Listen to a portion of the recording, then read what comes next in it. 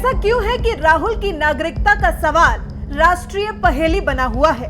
क्या सचमुच राहुल के पास 4 देशों के पासपोर्ट हैं?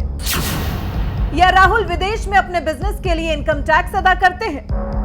एमके अग्रवाल ने 2012 में एक किताब लिखी, फ्रॉम भारत टू इंडिया। इसमें राहुल गांधी के बारे में कुछ दावे किए गए हैं। इस किताब में कहा गया है कि राहुल गांधी ने न्यू दिल्ली के मॉडर्न स्कूल में दाखिला लिया। ये दून स्कूल में दाखिले से पहले 1981 से 1983 की बात है और सुरक्षा कारणों की वजह से घर पर ही पढ़ाई की। 1989 में उनकी मेरिट के आधार पर उन्हें सेंट स्टीफेंस कॉलेज में एंट्री मिल गई, जबकि वो हिंदी में फेल हो गए थे। 1990 में हिंदुजा के डोनेशन से राहुल को हार्वर्ड यूनिवर्सिटी में दाखिला मिल गया। फ्लोरिडा के कॉलेज में जिसे मिशन रिज की तरफ से चलाया जाता था, उसमें राहुल गांधी का एनरोलमेंट हुआ। राहुल विंची के नाम से और इसी नाम से राहुल ने बीए की डिग्री हासिल की। 2004 का चुनाव लड़ते वक्त राहुल ने दावा किया कि उन्होंने एमफिल की डिग्री हासिल की कैम्ब्रिज के ट्रिनिटी कॉलेज से, लेकिन उनकी सारी जानकारियों में विरोधाभास था। राहुल भारत लौटने से पहले लंदन के मॉनिटर ग्रुप के साथ काम कर चुके थे। अब जरा सुब्रमण्यम स्वामी के आरोपों पर गौर करिए, जो वो 2012 से लगाते आए हैं। पहला आरोप, राहुल गांधी के पास 4 पासपोर्ट हैं। दूसरा आरोप, राहुल गांधी ने बैंकॉक से दिल्ली तक यात्रा की, जबकि इटालियन पासपोर्ट पर कंबोडिया और स्पेन की यात्रा की। तीसरा आरोप, 17 दिसंबर 2018 को सुब्रमण्यम स्वामी ने एक ट्वीट किया, जिसमें उन्होंने लिखा कि पता नहीं क्यों कुछ पार्टियां राहुल गांधी को प्रधानमंत्री घोषित करना चाहती हैं। जिसने खुद को ब्रिटिश नागरिक माना हो, वो देश का प्रधानमंत्री कभी नहीं बन सकता। मैंने इस बारे में एक शिकायत दी थी, जिसे आडवाणी की अगुवाई वाली एथिक्स समिति ने ठंडे बस्ते में डाल दिया, लेकिन गृह मंत्रालय इसकी जांच कर रहा है। एक दावा ये भी किया जाता है कि 27 सितंबर 2001 को बोस्टन एयरपोर्ट पर उन्हें पकड़ा गया, जिसमें उनका नाम राहुल विंची था। 19 फरवरी 2014 को द टेलीग्राफ में अमित राय की एक स्टोरी, इसमें लिखा गया है कि राजीव गांधी की हत्या के बाद राहुल गांधी की नजदीकियों ने शायद उन पर दबाव बनाया कि वो अपना सरनेम बदल दें। रेड बुक किताब का हवाला देकर बताया गया है कि कैम्ब्रिज यूनिवर्सिटी के सदस्य के रूप में राहुल को कोड मिला था, विंसी राहुल टी एमफिल 95। इसमें टी का मतलब हुआ ट्रिनिटी कॉलेज, जिसमें राहुल गांधी पढ़ते थे। एमफिल का मतलब हुआ कि राहुल एमफिल की पढ़ाई कर रहे थे। 95 का मतलब है जब राहुल गांधी पढ़ते थे तो वो साल 1995 था। कैम्ब्रिज यूनिवर्सिटी के पूर्व वाइस चांसलर एलिसन रिचर्ड ने भी बताया था कि 1995 में राहुल गांधी ने डेवलपमेंट स्टडीज के तहत एमफिल में दाखिला लिया था। इन सब के बीच राहुल गांधी ने अमेठी से नामांकन दाखिल किया तो उनके नामांकन को चुनौती देने वाले कुछ दस्तावेज सामने आए थे। अमेठी से निर्दलीय प्रत्याशी ध्रुवलाल कौशल ने आरोप लगाया था कि राहुल गांधी का असली नाम राहुल विंची है और राहुल के पास ब्रिटिश नागरिकता है। जिसके बाद निर्वाचन अधिकारी के कोर्ट में इस मामले की सुनवाई हुई, लेकिन सुनवाई के बाद राहुल को राहत मिल गई।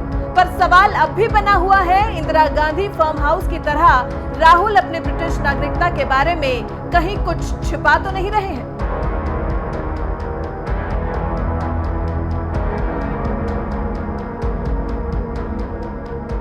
ये क्या आरोप हैं या क्या आक्षेप हैं, ये जानकर पूरे देश आश्चर्यचकित होगा। कांग्रेस पार्टी को, राहुल गांधी जी को इनका जवाब देना पड़ेगा। इनमें सबसे चौंकाने वाली जो बात है, सबसे पहले मैं उसको उठाना चाहूंगा, ये है राहुल गांधी जी की नागरिकता को लेकर। ये सबसे पहला सवाल ये पूछा गया, क्या राहुल गांधी भारत के नागरिक हैं या नहीं?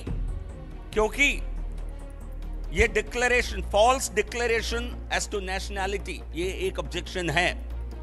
क्योंकि 2004 के उनके इलेक्शन एफिडेविट में खुद राहुल गांधी जी ने कहा कि हम बैक ऑप्स लिमिटेड इस नाम के एक कंपनी में इन्होंने निवेश किया था और 2005 के इस कंपनी के एनुअल रिटर्न्स जो वहां सबमिट हुए हैं यूनाइटेड किंगडम में, इस कंपनी के मेमोरेंडम ऑफ एसोसिएशन, उनमें उनकी नेशनैलिटी, राहुल गांधी की नेशनैलिटी जी को उनकी नागरिकता को ब्रिटिश सिटीजन कहा गया। क्या सवाल यह है, क्या राहुल गांधी उस समय ब्रिटिश सिटीजन बने थे क्या? यदि ब्रिटिश सिटीजन वो बने थे, ये भारत के कानून के उल्लंघन है। The second issue pertains to the educational qualifications of Mr. Rahul Gandhi. In different affidavits filed over different elections from 2004 to 2009 Parliament, 2014 Parliament, and now 2019 Parliament elections. In 2004 election affidavit, Mr. Rahul Gandhi's qualifications given, there he had only given 2 qualifications. A senior secondary school certificate in 1989. We all know that is a 12th standard certificate. And after this, he only mentioned MPhil, which he supposedly got from Trinity College, Cambridge University in Development Economics in 1995. There was no reference to any other qualification in between. But in 2009 and 2014 affidavits, again there are discrepancies. In 2009, he said he has introduced yet another qualification in between, which is Bachelor of Arts from Rollins College, Florida in 1994, and MPhil in Development Economics from Trinity College in 95.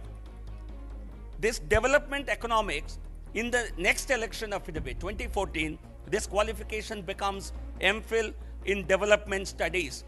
Either he does not remember what he studied. So I think these are the discrepancies in his educational qualifications. He has to come out and show a document as to what he filed in this election is indeed his educational qualification. I think this is what possibly the advocate has sought time for, and we hope he'll be able to show some paper before Monday or cover himself with unlimited embarrassment. और एक बहुत ही रोचक बात है, राहुल गांधी जी के नाम के व्यक्ति को, किसी को इस प्रकार कोई ट्रिनिटी कॉलेज से कोई डिग्री ना मिला हो, इस प्रकार कई लोगों ने जानकारी हासिल की है। एक व्यक्ति है जिनका नाम राहुल विंसी है, वो 2004 में उनके नाम पर कोई एमफिल के डिग्री की जिक्र है। तो हमें देश दिन जानना चाहता है क्या राहुल विंसी जी, उनके संपत्ति के संदर्भ में भी, राहुल गांधी जी के उनके संपत्ति के संबंध में, उनके आय, उनके इनकम, उनके सोर्सेज ऑफ इनकम न बताने का कारण भी आपत्ति जताई गई है। हम उम्मीद करते हैं ये सारे जानकारी देने में राहुल गांधी सक्षम होंगे और इसको पूरा